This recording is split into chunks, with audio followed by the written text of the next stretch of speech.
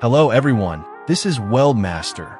Today I'm sharing the full method and hand technique for E7018 42 rod welding on large diameter pipe cover pass, the classic Lotus Lake surface. Actually, welding the cover pass with the 42 rod isn't that hard. As long as you understand the axis alignment and rod movement pattern, you can make a perfect weld every time. The key points are high voltage current, high voltage rod movement, high voltage electrode angle. Remember, with the 42 rod, use a straight line motion. Pause slightly on both sides. Move quickly through the center with small steps. At the upper position, keep about a 45 degrees tilt. Use a long arc for positioning and maintain about 6 millimeters distance between the arc and base metal.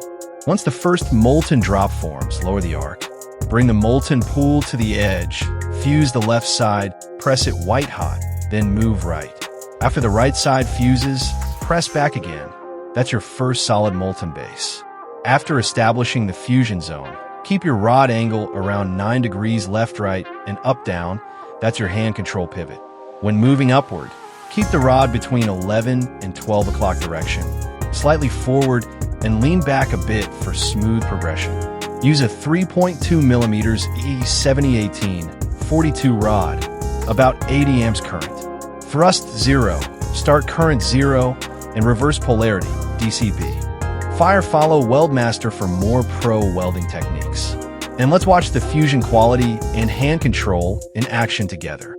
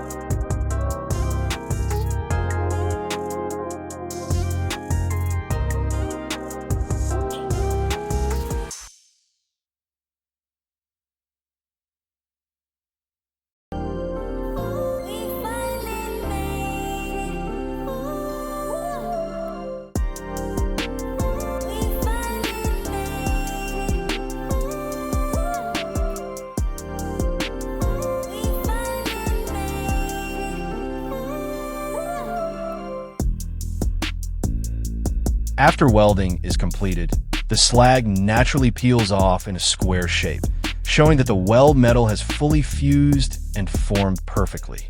The natural lifting of the flux coating and the square-shaped slag indicate excellent internal weld quality and proper bead formation.